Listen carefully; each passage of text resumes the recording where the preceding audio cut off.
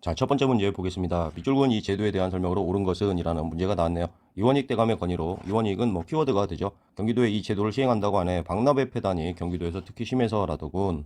이제 각 고을에서는 곡물을 현물 대신에 쌀로 거두어 선해청으로 납부한다는군. 이 어떤 거에 대한 설명이에요? 광해군 때 실시된 대동법에 대한 내용입니다. 처음에 이제 경기도에서 실시를 하게 되고 숙종 때 가면은 이제 전국까지 확대가 되는데 한 100년 정도 걸립니다. 그래서 이제 김욕이라는 인물이 뭐 계속 확대해야 한다 해가지고 점차 확대가 되는 그런 과정에 있습니다. 김욕까지를 좀 기억을 해 두시고요. 시험에 나오니까 그렇죠. 선지를 하나하나 읽어봅니다. 양반에게도 군포가 부과되었다. 호포법에 대한 설명이죠. 흥선 때 시행되었습니다. 처음에 이제 동포법이라고 불렸는데 이후에 명칭이 호포법이라고 해서 호포법을 기억해 두시면 돼요. 이번 양전 사업을 실시하여 지계를 발급하였다. 대한제국에 대한 설명이죠. 우리 근현대사에 가서 배우게 됩니다. 3번 흉풍에 따라 전세를 9등급으로 차등 부과하였다. 세종 때 실시된 공법에 대한 내용이죠. 4번 부족한 재정의 보충을 위해 선무군관포를 징수하였다. 영조 때 실시된 균역법에 대한 거죠. 균역법도 또 한번 정리해봐요. 균역법 하게 되면 두 필에서 한 필로 감해 줬으면서 이제 부족분을 보충을 해야죠. 여기 나온 이제 선무군관포 부유 상인에게 거뒀다 그렇게 알려져 있고요. 결작 지주에게 거뒀다. 그리고 잡세가 있죠. 어장세, 염세, 선박세 해가지고 뭐 바다랑 좀 관련된 그런 내용이 있습니다. 균역법에 대한 설명이고요. 5번 관청에 물품을 조달하는 공인이 등장하는 배경이 되었다. 옳은 설명이죠. 이 공인 중에 이제 일부는 독점적 도매 상인인 도고로 발전하게 됩니다. 자, 다음 문제 또 보죠. 자, 다음 문제 읽어봅니다. 밑줄근 이 법에 대한 설명으로 옳은 것은 이라는 문제예요. 이 법은 공납의 폐단을 해결할 목적으로 경기도와 강원도 지역에서 실시되고 있습니다. 고통받는 백성을 위해 충청도와 전라도에서도 확대 시행해야 됩니다. 대동법에 대한 이야기죠. 대동법은 광해 때 시작이 돼가지고 이 나온 내용들 경기도에 처음에 광해 때 실시가 되고요. 강원도 지역에서 실시된 건 이제 인조 때, 충청도와 전라도 이거는 이제 효종 때 실시가 되는데요. 그런 것들을 구별하라 뭐 그런 문제는 안 나옵니다. 그래서 전국 시행이 된 건 이제 숙종 때가 되는데요. 숙종 때도 뭐 제주 평안도라든가 뭐 제주도라든가 이렇게 익류 지역은 있습니다. 그래서 전국 시행이란 말이 뭐 모든 지역을 의미하는 건 아니에요. 다만 뭐 우리 시험에는 그 정도까지는 나오지 않는다. 그래서 대동법이 어느 정도 나오는지 또 문제 선지를 한번 읽어봐요. 1번 양반에게도 군포를 부과했다. 호포법에 대한 내용이죠. 이거는 흥선 때 이루어졌습니다. 2번 한 결당 쌀 4두에서 6두로 납부액을 고정하였다. 영정법에 대한 이야기죠. 사두옥은 4에서 6두라는데 우리 한능검 시험에서는 4에서 6두라는 내용이 자꾸 나오고 있네요. 이건 이제 인조 때 실시가 됐죠. 3번 비옥도에 따라서 토지를 6등급으로 나누었다. 토지를 6등급으로 나누든 뭐 해를 9등급으로 나누든 연분 9등법, 전분 6등법 그러죠. 세종 때 실시된 공법에 대한 내용입니다. 4번 일부 상류층에게 산무공관포를 징수하였다. 영조 때 실시된 균형법하고 관계가 있죠. 여기서 이제 주의할 거는 일부 상류층이라고 하는데 이거 양반을 말하는 건 아닙니다.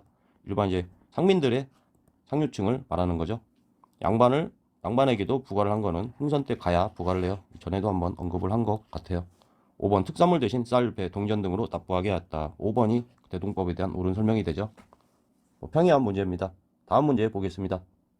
자, 문제 읽어보죠. 가나 사이에 시기에 있었던 사실로 옳은 것은 도평의사사가 글을 올려, 그럼 이게 뭐예요? 고려에 이제 독자적인 기구 중에 도병마사가 있는데 원간섭기에 들어가면은 도평의사사가 되고 일부 사사로 이성역부는 이제 일부 사사로 격화가 되죠. 그래서 뭐 이때에 해당하는 겁니다. 원간섭기 이유가 되겠네요. 과전을 주는 법을 정하자고 요청하니 왕이 따랐다. 경기는 사방의 근원이니 과전을 설치하여 초반에 이제 경기만 했죠. 과전법에 대한 이야기가 되겠습니다. 과전법이 실시가 되고 역전녹과 이렇게 되죠. 과전법이 이대로 실시가 된 이후에 조선이 건국이 되고 과전법에서 과전법이 그대로 넘어오는 거죠. 과직 관록으로 이어지게 됩니다. 나를 읽어볼까요? 한명회 등이 아뢰기를 한명회 하면 딱 알아야죠. 세조 때 계유정난과 관련된 인물입니다. 직전에서는 관에서 거두어 관에서 주면 이런 폐단이 없을 것입니다. 라고 하였다. 직전에서는 수재지의 지방관으로 하여금 감독에서 거두어 주도록 하라. 관에서 거둔다고 했으니까 한명회가 세조 때 이후에도 계속 있으면서 성종 때에 해당하는 관수관급제라고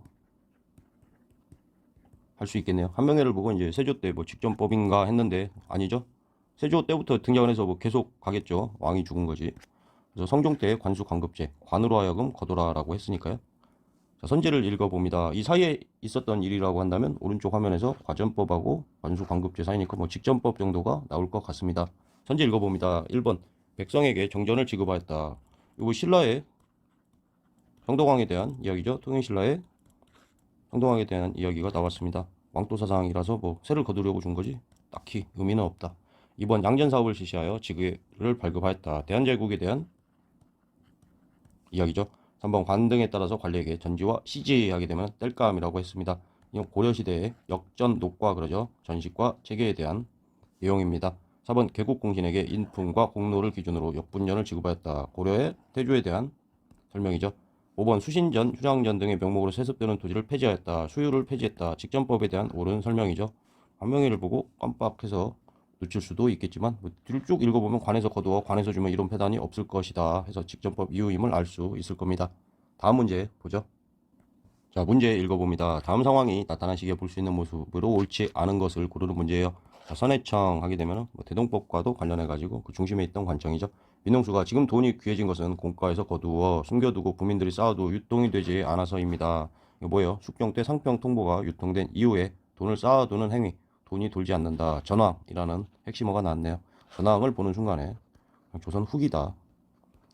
왜냐면 뭐 나타난 시기에 볼 수 있는 모습, 그러니까 뭐 사회 모습이잖아요. 우리는 그렇게 세기까지를 한는 검에선 구별하지 않습니다. 그냥 조선 후기에 해당하는 모습을 골라봐라 이런 식으로 나오죠.